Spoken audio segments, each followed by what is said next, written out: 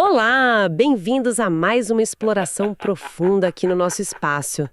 Hoje, olha, o assunto é bombástico, viu? Daqueles que estão agitando mesmo a comunidade cripto. A gente vai mergulhar numa história bem intrigante, a maior apreensão de Bitcoin da história.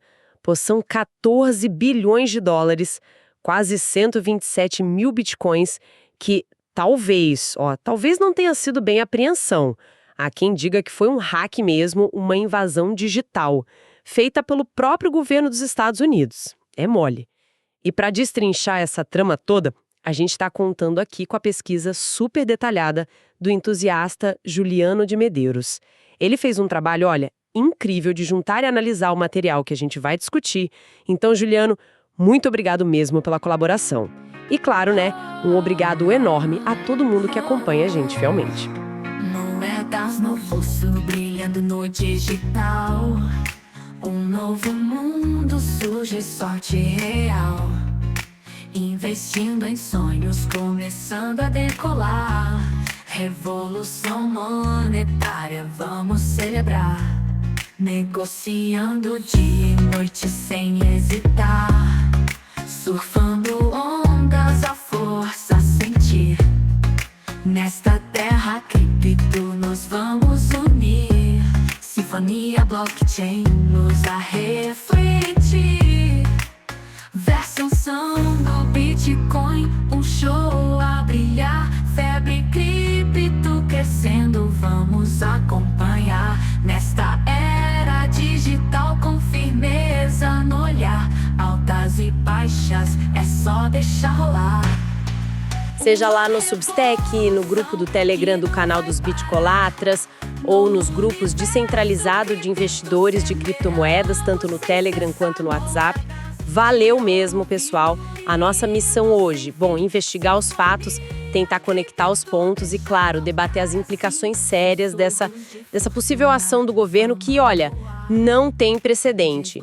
Mas antes da gente entrar nesse olho do furacão, aquele nosso lembrete de sempre, super importante. Este material é só informativo, tá? Não é recomendação para investir, comprar ou vender cripto, nem nada disso. O mercado cripto, como vocês sabem, é volátil pra caramba, tem risco alto. Então a gente sempre recomenda. Façam a própria pesquisa de vocês, o famoso deal ao ar, né? E se precisar, conversem com um profissional qualificado antes de tomar qualquer decisão financeira. Fechado? Com certeza. E é fundamental mesmo ter isso em mente. Porque o caso de hoje, ele é bem delicado. Ele não só põe em dúvida a história oficial de uma superpotência, mas também mexe com pontos cruciais de segurança, de confiança nesse mundo digital global. As peças que estão aparecendo, sabe, elas simplesmente não encaixam na versão que contaram. Ok, então vamos lá. Vamos começar a desembrulhar isso. A versão oficial do governo americano diz que esses bitcoins foram pegos de um esquema criminoso lá no Camboja. Uma operação de pig butchering, sabe? Sim, aquele golpe baixo que cria um relacionamento falso online com a vítima para depois convencer a pessoa a fazer uns investimentos furados. Isso. E aí envolveria um tal de Shenzi, o Prince Group. Parece até uma história padrão, né? De combate ao crime na internet. Parece. Só que aí que começam as inconsistências. E são gritantes. A pesquisa que a gente está usando e que bate com análises de empresas tipo a Elliptic e de investigadores como os XXBT, ela aponta para uma origem, completamente diferente desses fundos. Tudo indica que eles estariam ligados a um hack gigantesco que aconteceu lá em 2020, contra um pool de mineração chinês, a Lubian. Pool de mineração, para quem talvez não conheça, são aqueles grupos que juntam força computacional para validar transações e criar moeda nova. E a conexão não é tipo, talvez. É aí que entra o que a fonte chama de coincidência impossível. O número de bitcoins que os EUAs dizem ter apreendido é assustadoramente próximo do que foi roubado da Lubian. A gente está falando de tipo uns 127 mil BTC apreendidos contra 127.426 BTC que sumiram da Lubian. A diferença é mínima num volume desse tamanho. Coincidência? Talvez. Mas calma que tem mais. Exatamente. E o timing aqui é crucial. Esses bitcoins roubados da Lubian, eles ficaram totalmente parados, sabe? Dormentes lá nas carteiras digitais públicas por 5 anos. Nada se mexeu. E aí, de repente, no dia 15 de outubro de 2025, uma quarta-feira, o governo americano anuncia a tal apreensão. E o que acontece, adivinha? Nesse mesmo dia. Isso, carteiras que comprovadamente eram do hack da Lubian, que estavam quietinhas há anos, começam a se mexer. E aí que a coisa fica, assim, ainda mais suspeita. Total. Uma carteira específica da Lubian, que estava parada há 3 anos, movimenta exatos 9.757 BTC. E aí, no mesmo dia, quem aparece? O governo americano transferindo 9.756 BTC dos fundos que ele diz ter apreendido. A diferença é de 1 Bitcoin. 1. Exato. A Elliptic, que é uma super referência em análise de blockchain, foi muito direta, como está na fonte. É difícil ignorar que o número de bitcoins envolvidos é praticamente o mesmo. Cara, essa precisão de número e de data é desconcertante, né? E não para por aí. Além dos números e do timing perfeito, a forma como essas transações rolaram também levanta suspeitas. As fontes indicam que essa movimentação toda não seguiu o caminho normal de uma apreensão judicial.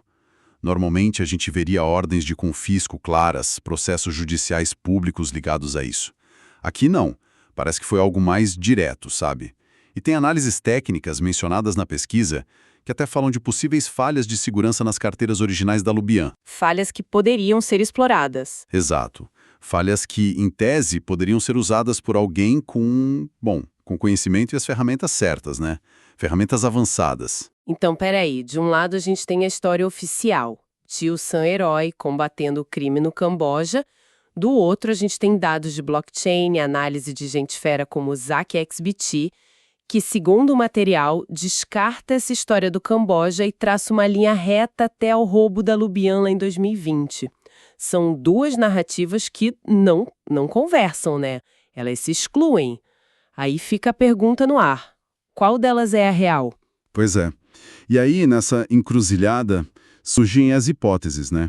Uma delas que está na pesquisa e é atribuída ao especialista Alexandre Senra via Instagram, sugere um meio termo.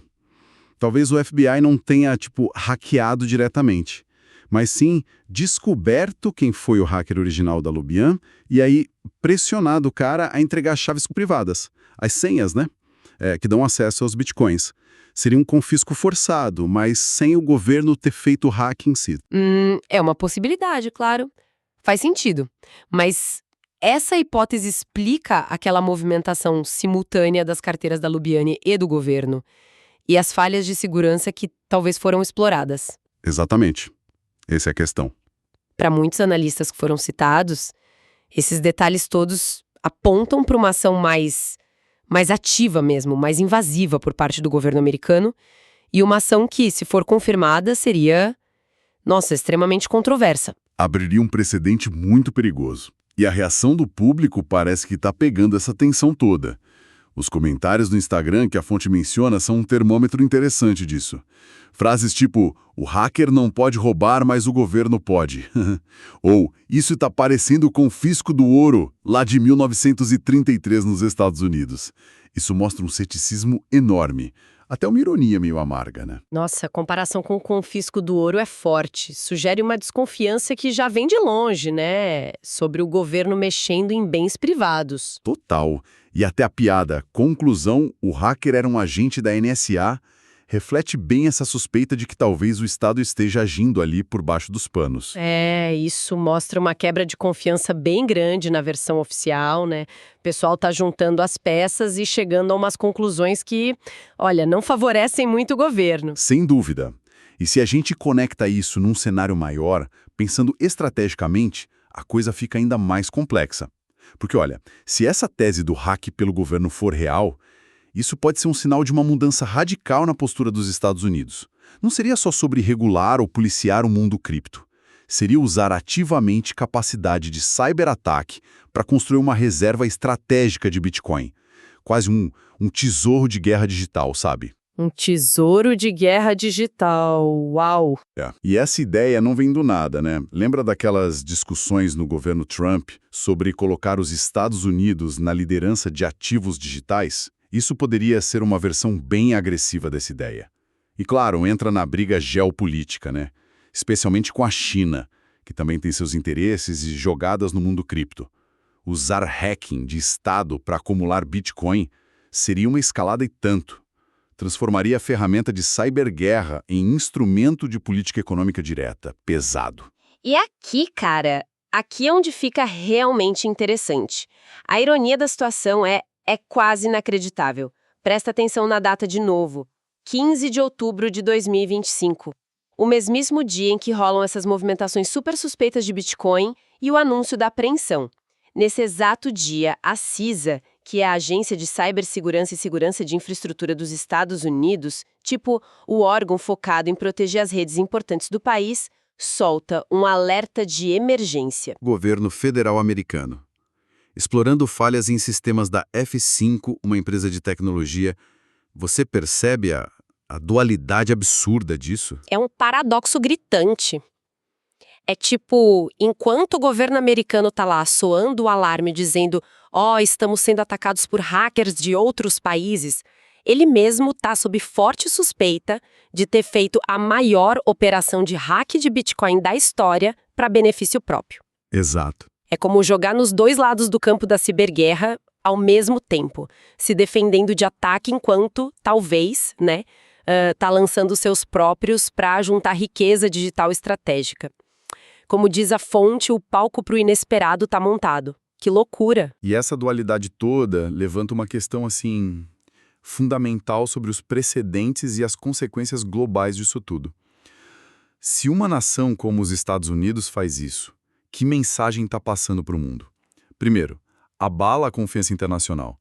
Como é que outros países, investidores, grandes ou mesmo pessoas comuns podem se sentir seguros com nossos ativos digitais se existe a chance de uma potência simplesmente lá hackear e pegar?